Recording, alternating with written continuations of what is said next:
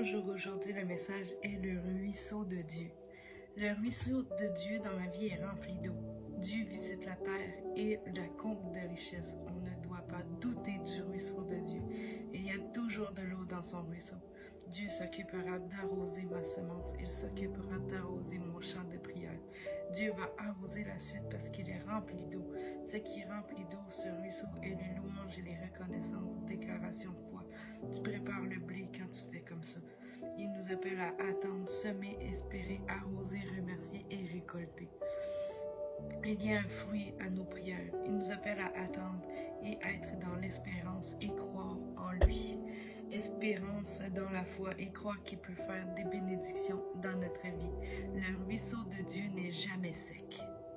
Quand nous sommes dans le torrent de l'Éternel, nous sommes portés.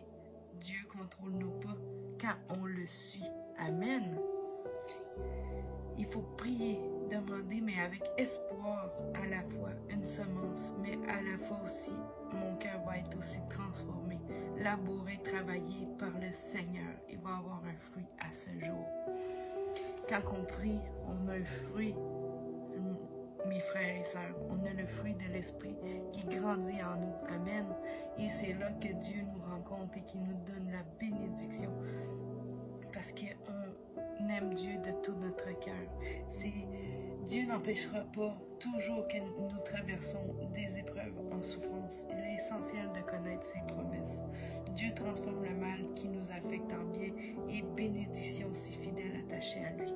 Le Seigneur nous a promis de ne jamais nous abandonner, tenir bon dans la foi, garder les yeux fixés sur lui, les promesses de Dieu. Amen. Il faut fixer nos yeux sur Jésus-Christ parce que c'est le seul qui est le chemin, la vie et la vérité.